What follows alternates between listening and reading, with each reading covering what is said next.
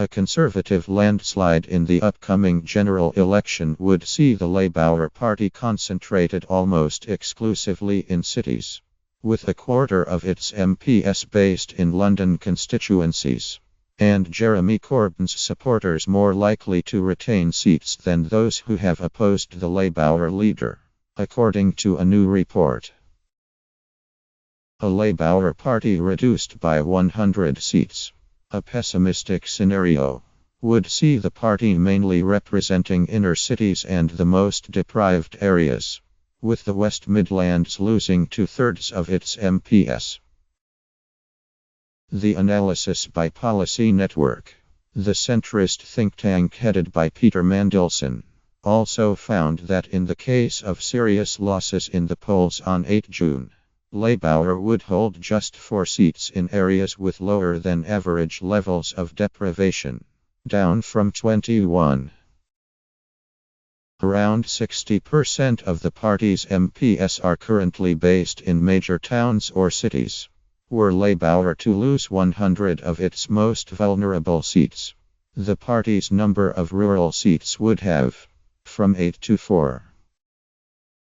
The research also found that the more seats Labour lose in the upcoming election, the greater the proportion of Jeremy Corbyn's supporters in the parliamentary Labour Party would be. Were Labour to lose 100 seats, the number of MPs who have voiced discontent with the leadership would be reduced by half, from 175 to just 92.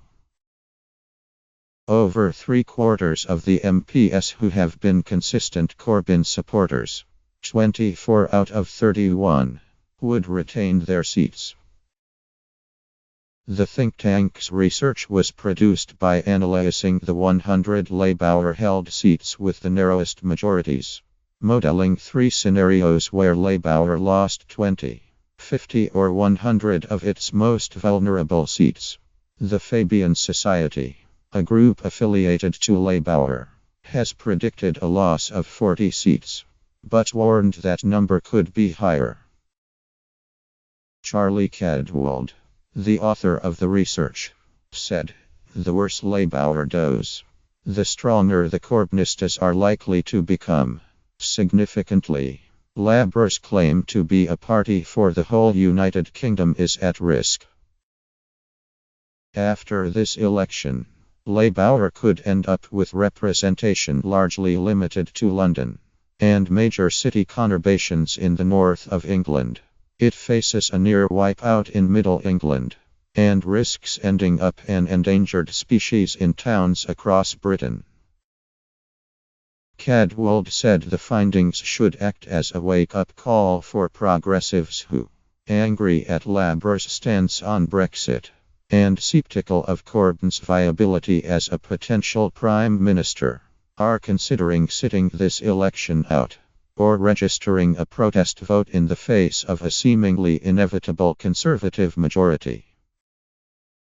Recent research by do.As has suggested only about half of people who chose Labour, UKIP or the Liberal Democrats in 2015 plan on sticking with that party this time, while the rest have either moved party or are still undecided.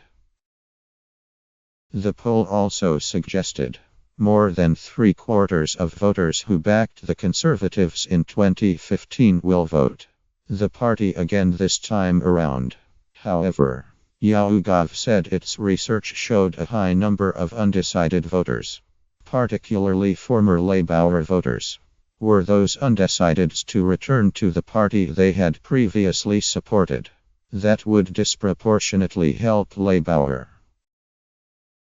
Labour moderates see the eventual makeup of the PLP as crucial to whether Corbyn will decide to stay on as leader in the aftermath of any defeat.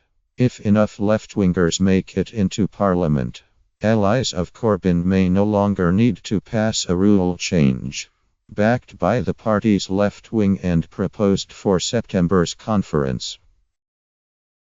The change would reduce the threshold of MPs needed, a leadership candidate to stand from 15% to 5%, a guarantee A left-wing successor to Corbyn would make it onto the ballot paper for the members to select from. However, if the party is dramatically reduced in size, the amendment may not be needed, as pro-Corbyn MPs would make up more of the party. Richard Angel, director of Labour's centrist pressure group Progress, said, "Returning the highest number of Labour MPs is the best way to stop a Tory hard Brexit and a hard left candidate to replace Jeremy Corbyn." Moderate Labour MPs have the smallest majorities and could pay the price for Corbyn's poor approvals rating. My colleagues and moderates across the country will be standing with our Labour MPs as they try to defy the polls.